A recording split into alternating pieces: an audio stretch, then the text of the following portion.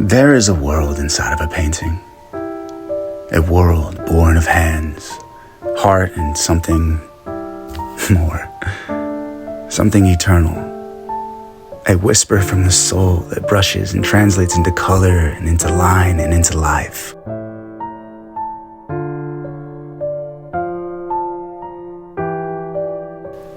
I've walked among these worlds, in museums and galleries, in their heavy air, lined walls thick with history and brilliance.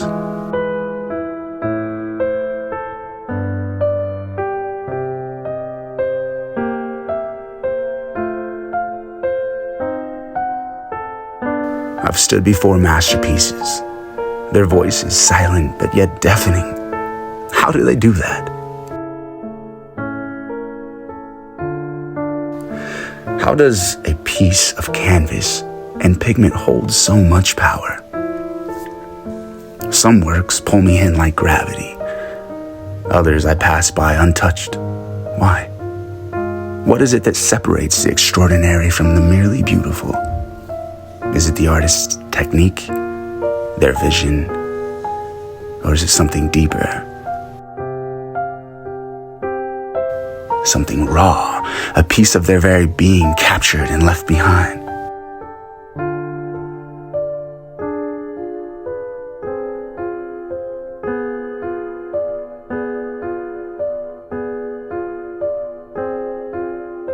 I study them, these masters.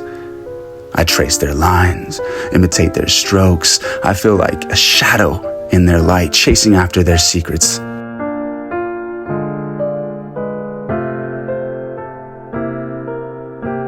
Not to claim them as my own, no, but to understand, to feel, even for a moment, what it means to touch eternity with a single stroke.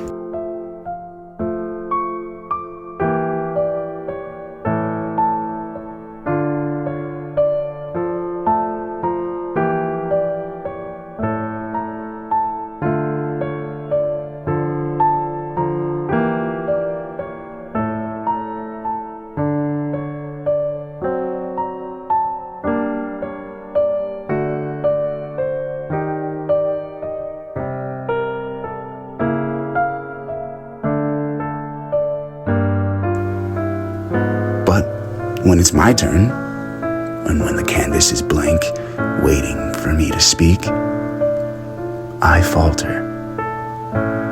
What do I have to say? What story do I have to tell? I think about them.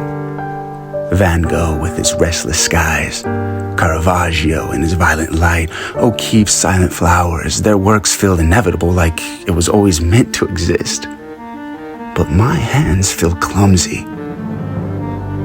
Still, there is this ache in me, this need, this quiet, unshakable pull to create, to leave behind something that feels true. But how? How do I move from admiring greatness to daring to create it? Where do I find inspiration when it feels like everything's already said and done? I think about this all the time. Every idea I have seems borrowed, like it's just another variation of something that I've seen before. Is there even a thing as a new idea anymore, or is everything just recycled?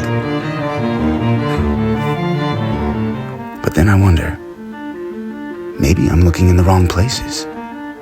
Maybe inspiration isn't trying to find something entirely new, but in finding a new way to see what's already there. I mean, the masters, did they create something completely original, or did they just take what was around them and make it theirs? I think about where I look for it, for that spark. I spend hours in museums staring at paintings that feel like miracles. But is that enough? What if it's not just in art? What if it's everywhere? I think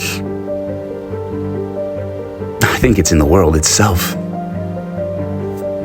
In the light at a certain hour of the day, the way it stretches and softens, wrapping around itself, touching everything.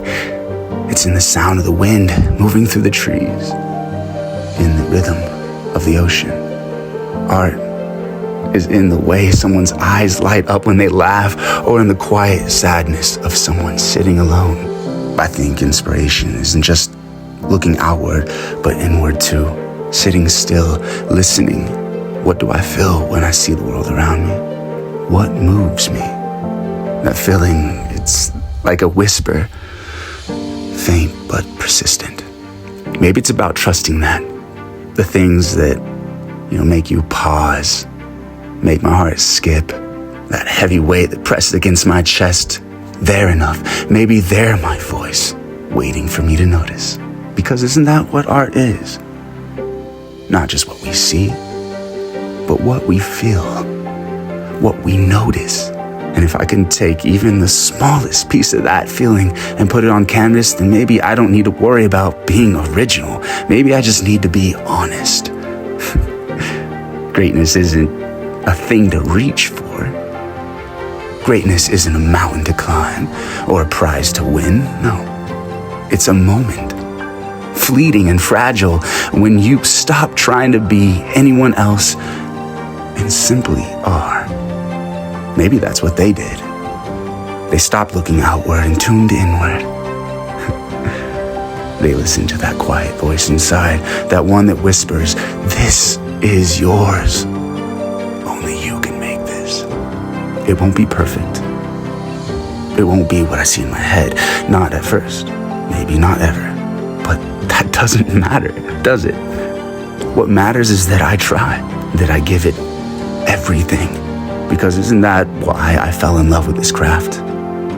For the chance to pour my heart into something real, something that might outlive me, that might speak to someone else long after I'm gone. So, here I am, a painter, a lover, a dreamer, a believer in the impossible beauty of creation. It's time. Time to stop admiring. Time to stop questioning. To begin.